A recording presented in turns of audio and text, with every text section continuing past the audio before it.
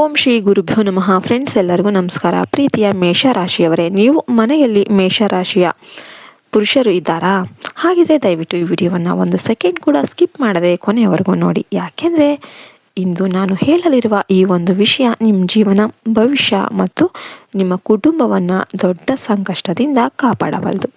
ಮೇಷರಾಶಿಯವರು ಬಹಳ ಧೈರ್ಯವಂತರು, ಮುಗ್ಧರು. ಆದರೆ ನಿಮ್ಮ ಜೀವನಕ್ಕೆ ಒಂದು ನಿರ್ದಿಷ್ಟ ಅಕ್ಷರದಿಂದ ಹೆಸರು ಆರಂಭವಾಗುವ ಸ್ತ್ರೀ ಬರೋದ್ರಿಂದ ನಿಮ್ಮ ಆಸ್ತಿ, ನೆಮ್ಮದಿ, ವೃತ್ತಿ ಜೀವನ ಮತ್ತು ಪ್ರಾಣಕ್ಕೂ ಅಪಾಯ ಎದುರಾಗಬಹುದು.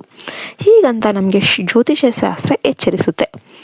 ಇನ್ನು ವಿಡಿಯೋ ಶುರು ಮಾಡುವ ಮೊದಲು ಒಂದು ಸಣ್ಣ ವಿನಂತಿ. ಇಂತಹ ಹಲವು ಜ್ಯೋತಿಷ್ಯ ರಹಸ್ಯಗಳು ಮತ್ತು ನಿಮ್ಮ ಜೀವನವನ್ನೇ ಬದಲಿಸುವ ಪರಿಹಾರಗಳನ್ನು ತಿಳಿಯೋದಕ್ಕೆ ತಕ್ಷಣ ನಮ್ಮ ಚಾನಲನ್ನು ಸಬ್ಸ್ಕ್ರೈಬ್ ಮಾಡ್ಕೊಳ್ಳಿ. ಈ ವಿಡಿಯೋ ನೋಡ್ತಿರುವ ಮೇಷರಾಶಿಯವರು ಕಮೆಂಟಲ್ಲಿ ಓಂ ನಮಃ ಶಿವಾಯ ಅಥವಾ ಓಂ ಮಂಗಲಾಯ ನಮಃ ಅಂತ ಬರೀರಿ. ದೇವರ ಆಶೀರ್ವಾದ ನಿಮ್ಮ ಮೇಲೆ ಸದಾ ಇರಲಿ. ಮೇಷರಾಶಿಯವರ ಸ್ವಭಾವ ಮತ್ತು ಸಮಸ್ಯೆ ವಿಷಯಕ್ಕೆ ಬರೋಣ. ಮೇಷರಾಶಿಯ ಅಧಿಪತಿ ಮಂಗಳ. ಇವರು ಬೆಂಕಿಯ ತತ್ವದವರು. ಬಹಳ ವೇಗವಾಗಿ ನಿರ್ಧಾರ ತೆಗೆದುಕೊಳ್ತಾರೆ ಮತ್ತು ಯಾರನ್ನಾದರೂ ನಂಬಿದರೆ ಪೂರ್ಣವಾಗಿ ನಂಬ್ತಾರೆ. ಇದೇ ಇವರ ದೊಡ್ಡ ದೌರ್ಬಲ್ಯ. ಯಾರಾದರೂ ಎರಡು ಸ್ವೀಟಾಗಿ ಮಾತಾಡಿದರೆ ಸಾಕು, ಇವರ ಕರಗಿ ಹೋಗಿಬಿಡ್ತಾರೆ. ಕಳೆದ ಕೆಲವು ವರ್ಷಗಳಿಂದ ನೀವು ಆರ್ಥಿಕ ಇಕ್ಕಟ್ಟು ಅಥವಾ ಮಾನಸಿಕ ಒತ್ತಡ ಅನುಭವಿಸ್ತಾ ಇರ್ಬೋದು. ಇದಕ್ಕೆ ಕಾರಣ ನಿಮ್ಮ ಜಾತಕದಲ್ಲಿನ ಗ್ರಹಗತಿಗಳ ಜೊತೆಗೆ ನಿಮ್ಮ ಜೀವನದಲ್ಲಿರುವ ಕೆಲವು ವ್ಯಕ್ತಿಗಳು ಕೂಡ ಹೌದು. ಇನ್ನು ಜ್ಯೋತಿಷ್ಯದ ಪ್ರಕಾರ ಮೇಷರಾಶಿಯ ಮಂಗಳನಿಗೆ ಬುಧ ಮತ್ತು ಶನಿಯೊಂದಿಗೆ ಶತ್ರುತ್ವ ಇದೆ. ಈ ಗ್ರಹಗಳ ಆಧಿಪತ್ಯದಲ್ಲಿರುವ ಅಕ್ಷರಗಳಿಂದ ಹೆಸರು ಶುರುವಾಗುವ ಸ್ತ್ರೀಯರು ನಿಮ್ಮ ಜೀವನಕ್ಕೆ ಬಂದಾಗ ವಿನಾಶ ಅನ್ನೋದು ಆರಂಭ ಆಗುತ್ತೆ. ಅದು ಪ್ರೇಮ ವಿವಾಹ ಆಗಿರಬಹುದು ಅಥವಾ ವ್ಯಾಪಾರ ಇರಬಹುದು, ಅಥವಾ ಅವರು ಬಂದ ಮೇಲೆ ನಿಮ್ಮ ಬುದ್ಧಿ ಅನ್ನೋದು ಮಂದಾಗುತ್ತೆ ಮತ್ತು ಮನೆಯಲ್ಲಿ ಸದಾ ಸಣ್ಣ ಸಣ್ಣ ಜಗಳಗಳು ಆಗ್ತಾನೆ ಇರುತ್ತೆ. ಹಾಗಾದರೆ ನಿಮ್ಮ ಜೀವನದಲ್ಲಿ ಬರಬಹುದಾದ ಈ ಅಪಾಯಕಾರಿ ಅಕ್ಷರಗಳು ಯಾವ್ಯಾವು? ಮೇಷರಾಶಿಯವರು ಜಾಗರೂಕ ಆಗಿರಬೇಕಾದ ಅಕ್ಷರಗಳು ಇಲ್ಲಿವೆ. ವಿ ಅಥವಾ ಬಿ. ಉದಾಹರಣೆಗೆ ವಿನುತ, ವರ್ಷ, ಬಿಂದು. ಈ ಅಕ್ಷರಗಳು ಮೇಷರಾಶಿಯವರಿಗೆ ವ್ಯಯಸ್ಥಾನವನ್ನು ಪ್ರೇರೇಪಿಸುತ್ತೆ.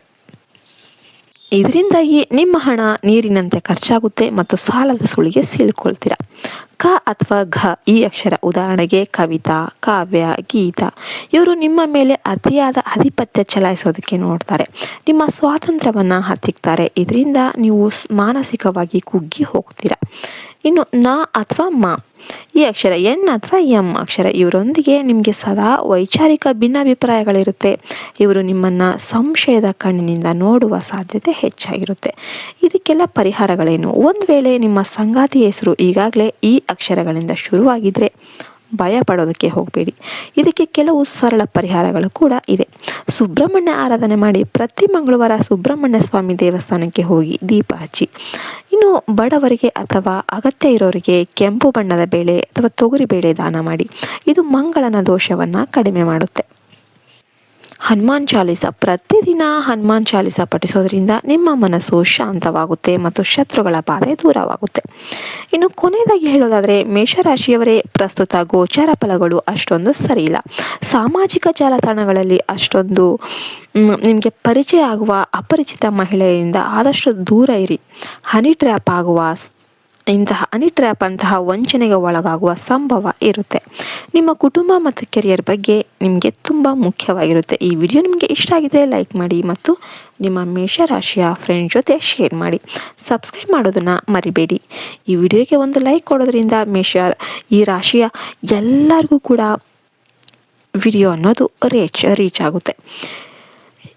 ಜೈ ಶ್ರೀರಾಮ್ ಅಂತ ಕಮೆಂಟ್ ಮಾಡಿ. ಮತ್ತು ನಿಮ್ಮ ಲೈಫಲ್ಲಿ ಕೂಡ ಈ ಥರ ಹುಡುಗಿಯರಿದ್ದಾರಾ, ಈ ಥರ ಮಹಿಳೆಯರು ಇದ್ದಾರಾ ಅಂದರೆ ಆಲ್ರೆಡಿ ಇದ್ದರೆ ಅದಕ್ಕೆ ಪರಿಹಾರ ಅನ್ನೋದು ನಾನು ಹೇಳಿದ್ದು ನೀವು ಮಾಡೋದ್ರಿಂದ ನಿಮಗೆ ಅದರ ಒಂದು ಫಲ ಏನಿದೆ ಅದು ಕಡಿಮೆ ಆಗುತ್ತೆ. ಜೈ ಹಿಂದ್, ಜೈ ಭಾರತ್ ಮಾತೆ, ಹರಿ ಓಂ ತತ್ಸತ್. ಸರ್ವೇ ಜನೋ ಸುಖಿನೋ ಭವಂತು. ಜೈ ಶ್ರೀರಾಮ್.